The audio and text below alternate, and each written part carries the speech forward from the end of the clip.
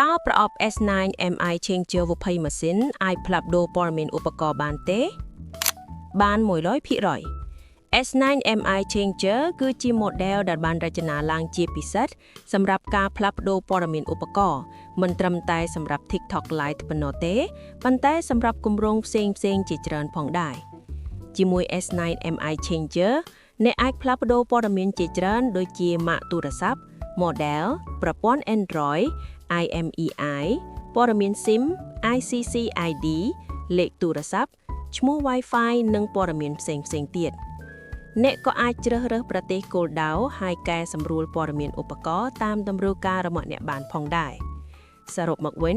ព័ត៌មានតាក់ទងនឹងអត្តសញ្ញាណឧបករណ៍ស្ទើរតែអ្វីៗទាំងអស់អាចកែប្រែបាន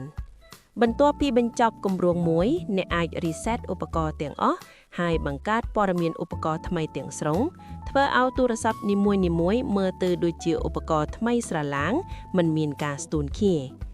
នេះជាចំណុចខ្លាំងបំផុតមួយដែលធ្វើឲ្យ S9 MI Changer ក្លាយជាឧបករណ៍ពេញនិយមសម្រាប់ការផ្លាស់ប្ដូរព័ត៌មានឧបករណ៍និងប្រើប្រាស់បានយូរអង្វែង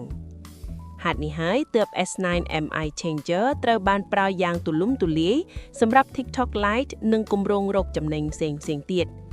បើអ្នកនៅក្រៅប្រទេសដូចជាជប៉ុនកូរ៉េអាមេរិកឬសហភាពអឺរ៉ុបអ្នកអាចតាក់ទងមកពួកយើងដោយផ្ទាល់ដើម្បីទទួលបានការប្រឹក្សានិងការគាំទ្រពេញលេញ